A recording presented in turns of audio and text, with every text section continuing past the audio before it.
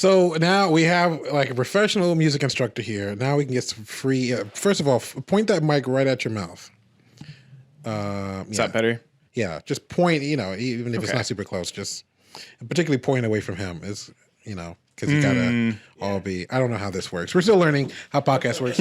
So now I want actual advice. Okay. Okay, so first off, what would you tell someone who just feels like they don't have rhythm? What can they do? Give them something simple they can start with. Yeah. They can work, maybe an exercise, work on their rhythm. So what I was doing earlier with my hands, I think is a perfect thing.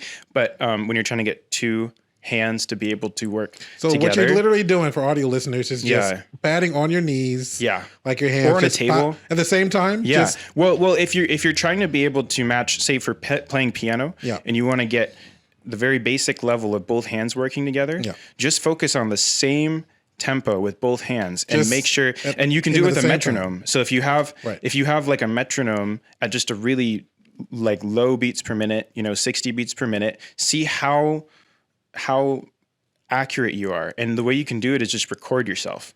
So if you have the metronome click, click, click, click, and just, record yourself, you can also clap. So, clapping might make it a little bit easier for you to hear, when in the recording. Oh, okay. And so that will just train your internal metronome, because the more you can train your internal sense of rhythm, then and you just start off small with just like quarter notes, like, the 1, 2, 3, 4, 1, 2, 3, 4. And if you can get that, and, because like I was saying before, I had a couple of guitar students even now where they're really good technically, but we're having to really focus on rhythm because they didn't want to do it. Like like one of them, every time I tried to work on rhythm with them, they're like, no, I can't do it. And they didn't want to do it. So I'm like, all right, and frankly, the boring part. It is a little bit. Mm-hmm. Yeah, so people don't, that's why you kind of stink at first. Right. Yeah, because it doesn't sound melodic. It just, but you can, I think, make it fun if you're kind of like listening to a drum beat, right? And so some people have trouble with this? A lot of people like, and like my one guitar student, she actually couldn't even clap in time with the metronome, but she can play John Mayer songs. Mm-hmm. So she's like good technically, but she had a hard time even at, it was like 60 or 70 beats per minute, just clapping along consistently with the beat. So, if you really want to work on your rhythm, do that first, and then you'll be able to go from there. Then you can go to like eighth notes, 1 and 2. No. They got to pay for that. Okay. Give them the starter. Yeah, sorry. We just get them started. The Patreon. Yeah. No, they can pay you. No. Okay, good. A bunch of guitar. You don't want to show all your tricks. Yeah. You don't want to. Oh my goodness. We don't need them now. Yeah. So hopefully funny. none of your students listen to this. So okay. Some of the kids, some of your students are kids. So small hand problems, especially with everything, piano, guitar. Mm-hmm. Jake claims to be able to teach people how to play guitar, but sometimes he's very unsympathetic because every time I say, "Oh, my fingers hurt," then he'll say, "Do it more." My hand cramps. He'll say he didn't do it enough. So let's skip those answers because surely that's part of it. You got to practice. You got to get around certain things. Yeah. But there's got to be, what do you do? I'm all about finding the passionate ones. Yeah. I think. Which have to be the easiest to teach, which is surely just a shortcut for you. Yeah. To teach people who are already passionate. It's true. Go ahead. Yeah. No, it's true. I mean, I think a lot of people will talk about their hands being too small or just like not coordinated enough and stuff. And without just giving the same answer, because I'm not going to, because there is ways to make it easier. And that's what I want. But they're not like a silver bullet. It kind of still comes down to you just will suck at something. He's gatekeeping at first. There are tricks. But okay, this is what instructors do. They make you earn it. Like, they don't give you the silver bullet. There is a silver bullet. There are absolutely shortcuts to some of these things, like techniques. So, what if sometimes you can come? I don't know, but there are ways. That's what I want. But like, people's hands are different too. Right? That's true. People's hands are different. Everyone Yeah. has a different shaped hand, Mm-hmm. and ergonomically, it may be easier for some people than others. But there's got to be tricks. I will say this: Mozart had historically very small hands. Like he could barely reach an octave, and it didn't stop him from making amazing music. We've all seen like amazing kids play. Suffice to say, if you think, Fingers, yeah. play guitar. It's true. If you people It's with true. one string play guitar, if you think your hands are too small, then we know that's not true. Kids could do it. Make beautiful music, but how to enough make it beating around easier? the bush. How to make it easier? Listen, let's say some child, some Richie Rich pays you good money. They don't want to waste time. They're not going to let you gatekeep. They're not willing to practice. They're like, give me the shortcut to make my baby hands more competent on instrument of your choice. Give me an instrument of your choice where there's an absolute trick to having baby hands. I will say one thing. I was gonna say, so like to be honest with you, if you get a guitar that's like the right size. So when I learned how to play guitar, I was 6, and I learned on a quarter size guitar. So but surely that's cheating, right? Not cheating, but like, are you willing to teach someone on a non-regulation? Oh yeah, totally. Chord? Yeah. Really? Yeah, because like I mean, if you think about too, like a classical guitar neck, right, is like wider than a normal like steel string. I have problems playing those. Yeah, they're wide, and you have to kind of like almost, if you're used to playing a steel string, you have to almost be a lot more alert as to how your finger positions are, because you can miss strings, and you can like, I don't know if you find that ever in you, but you can kind of be like, oh wow, I was like, my hand cramps on a classical guitar a lot. Yeah. Like I even get my hand has problems on that still. Yeah. So it's like a lot of concentration. It is. I do it, but I'm not as relaxed. Right. On a regular acoustic. It just feels a little like off. Yeah. So what I'm hearing is get a guitar, get an instrument that's more. So piano, you can't do that. So what do I do if I've had baby hands with the piano? So most piano students, you can actually. Yeah. Come on. So let me tell you what I wanted to hear. I'll give you an example of what I want to hear, and then you can tell me something close to that. I want to hear that if you put your thumb on, if you do the offset of your hand and your thumb is on middle C instead of this finger, and I want like, there's gotta be. Well, what do you tell your students? You can like chop up the keys in half and like make your own piano. Yeah, because you also have to get up to the sharps, the black keys or whatever. Yeah, chop those in half. So And then they're just like that's little a long way to slivers reach of. if you have little hands. Are these not actual problems people have? I think like, so you can like a lot of my kid students that start on piano, they can't reach an octave, like if their hands are so small. You mean like they can't reach from C to C? Right. Yeah. Right. Yeah, and so a lot of times we'll have to just change, depending on what song they want to learn. Yeah. We'll have to change things a little bit. So change the music. So you change the music a little to accommodate. And we're getting somewhere. sometimes you can just do a fifth, or like, Okay. it depends on what the part of the song is, Learn but the bar chord, you could do a baby version of that. you can. Or Yeah, or just play the triad. yeah, just the Now triad. we're Just the cooking. triads, Yeah, like you could do little yeah. shortcuts like that. Exactly. No, And that's a natural tip. And even if you do like a triad and then you add like one more string, okay, now it's still not a full bar chord, A triad but is just like playing 3 strings. You don't know.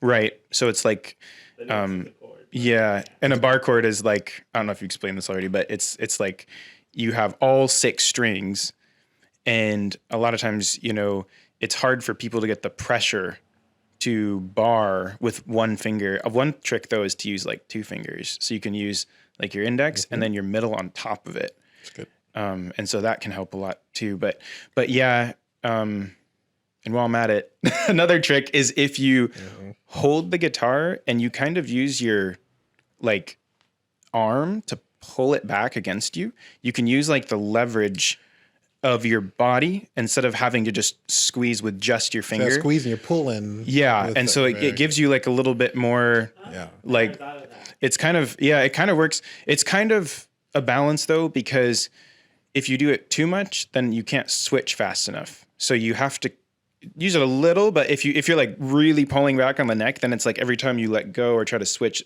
like like the guitar neck like jumps out. So So is that also something good for older ones that may have not definitely, a good strength? yeah, definitely. And then there's always just things like, I mean, it depends on kind of what music you want to play, because there's some songs like on piano where if you can adapt them, but then there's other songs kind of like, certain songs, even like the first part of Turkish March has, pretty easy, by Mozart, has like pretty easy chord shapes, a lot of triads and stuff. It's really fast, but it has, so if you want to just keep it to where it's like an octave or less, with your hand position, then you can just find music that stays at that and doesn't have you do, anything over an octave.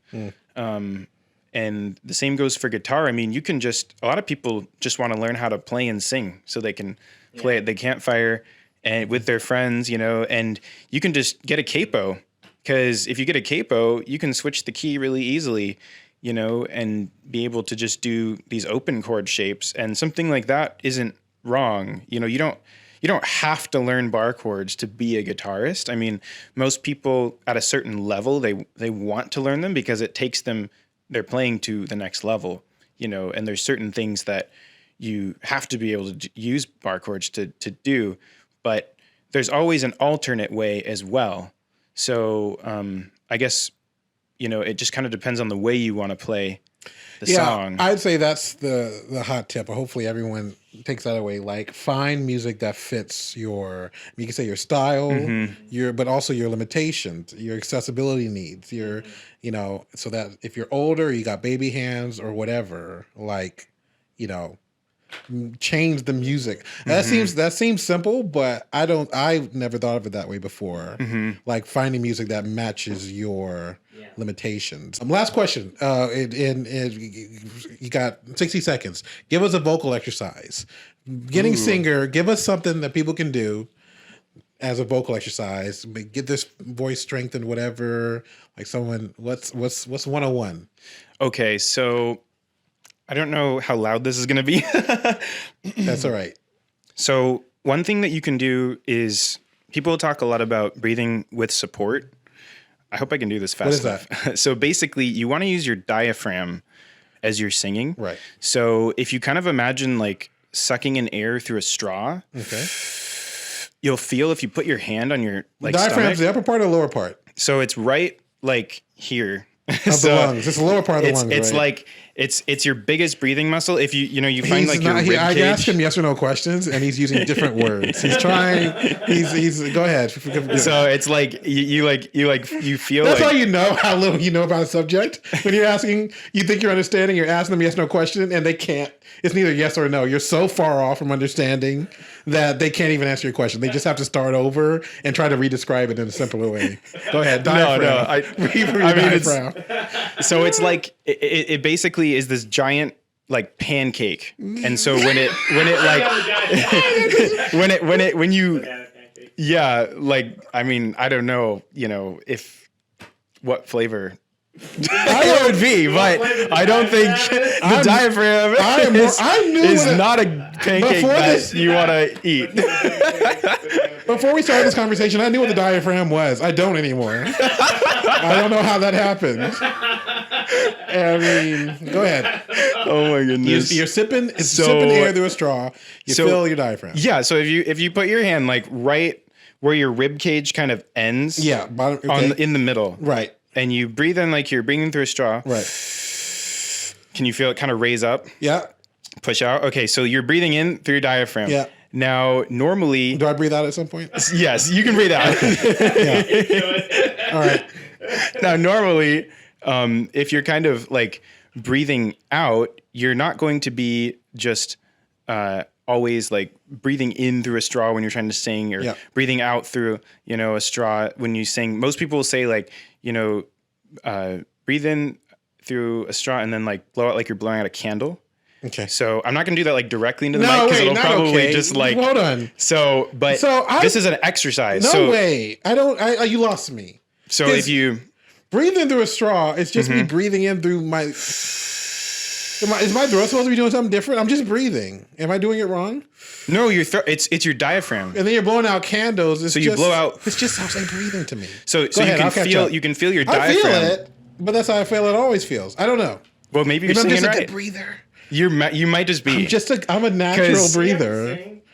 Yeah. Every time I breathe. Yeah. Every time you breathe. I think I'm just a good breather. You might be. Yeah. Okay. So that's what was confusing me. It's because I already knew all this. I do it naturally. I'm just a breather. So he's one of those students that you were talking about. No, because I'm doing it. I'm like, this is always for me. This is just how I breathe. Yeah. Okay, so I'm with you now. So you can kind of do that as an exercise, just kind of a breathing exercise to get warmed up. But what you want to do is, after you do that. This might be loud, so I'm gonna like go back, but you kind of. You can move that away from you. Okay, so you want to like take a deep breath in. Yeah. And then you want to say like hut, hut, hut, hut, like you're in the army, like you're kind of marching, right? So if you can do that, and you'll notice your diaphragm will come out every time. Hut, hut, hut. Yeah. Right. Yeah, so a lot of singing exercises are kind of awkward, so you might want to do it in your room. What are they meant to nobody's do? Around. What is this meant to accomplish? So this is like you're supporting. You're actually. Let me bring the microphone closer. So you're not singing by tensing up muscles in like your neck and like your shoulders, but because if you sing with what it's called, like everyone says strain, there's a certain amount of tension that you do want, but you don't want strain, because what'll happen is that all your little muscles that are not designed to be these muscles that really support breath, they're not gonna. It's like they're working overtime to do a job they're not meant to do. Right. And so when you sing with strain, you can actually damage your voice. So if you can kind of get used to just, doing exercises where you're engaging the diaphragm like that, hut, hut, and you can actually kind of hold it too. So, hut, hut, hut, and just kind of hold and push. Is your ab supposed to be tight when you do this? You'll feel it push out, and you want it to stay out. Okay. So if you can do that, and you can hold a note, then you're on the right track, because that means that you're not tensing up here. You shouldn't feel any tension in your neck. I'm pointing to my like neck and like my shoulders. So you can actually kind of just use that as an exercise and kind of hold and get used to sustaining notes like that. Yeah. And then when you go to sing a song, think about that feeling.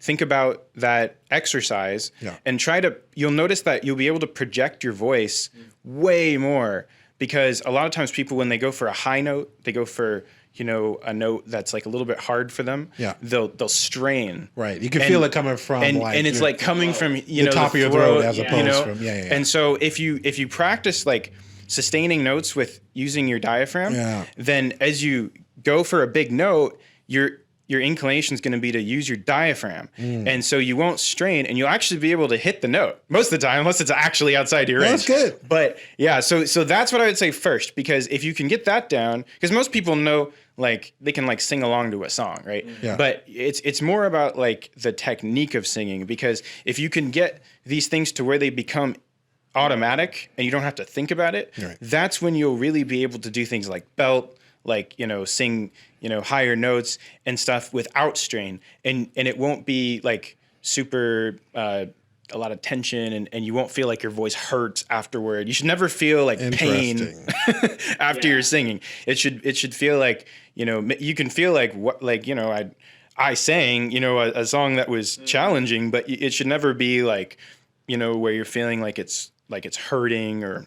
All right, so recap, because that's a good one. You sip through the straw, you blow out the candles, breathing exercise, and then you hut. And then hold from the it. diaphragm, hold it. Yeah, and you can. And that's also, it's not just an exercise. It's also, it sounds like you're trying to just build the muscle memory as well. Yeah. And then that's the feeling you want when you're singing, is to push from the diaphragm. Yeah. So if you practice it, even before, like if you're going to intentionally sing or practice a song, then just do that before you start singing. And then as you're singing, eventually you'll notice that it'll start becoming more like automatic. Yeah. There's a lot more exercises than that. No, but that's the only one they get for free. That's a good one.